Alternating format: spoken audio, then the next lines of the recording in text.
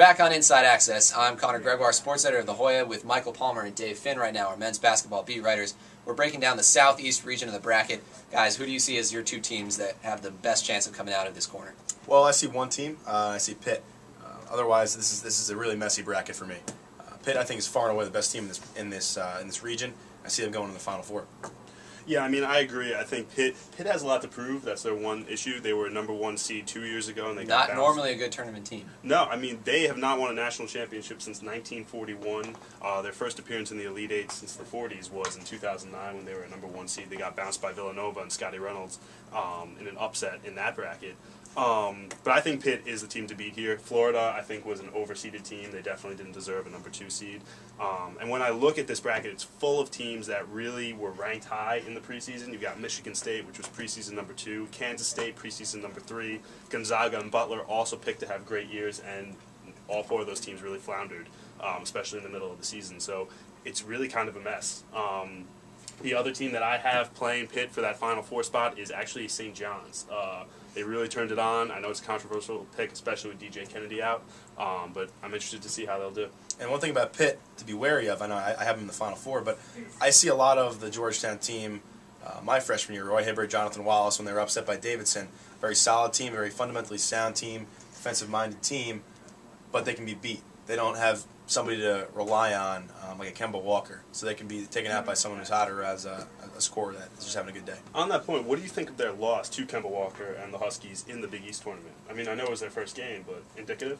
It could be, and I think they just ran into a freight train at that point in time as well. I mean, they've actually given Brad Wanamaker their senior team, so a lot of good qualities, but they can be beat.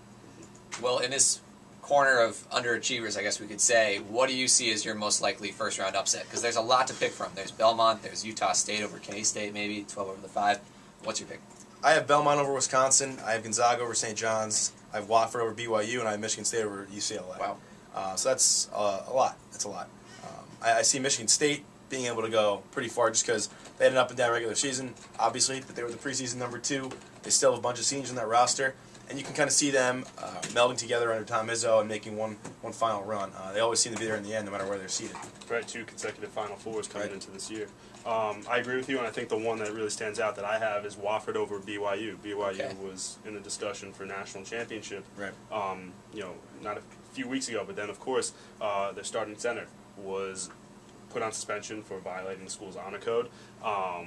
And, they have a Player of the Year candidate in Jimmer Fredette, but I really don't think they're as strong as they were a couple weeks ago. Yeah, Wofford, they rebound. They're pretty hot right now, and they have seniors. And those are all qualities that lead you to believe in an upset.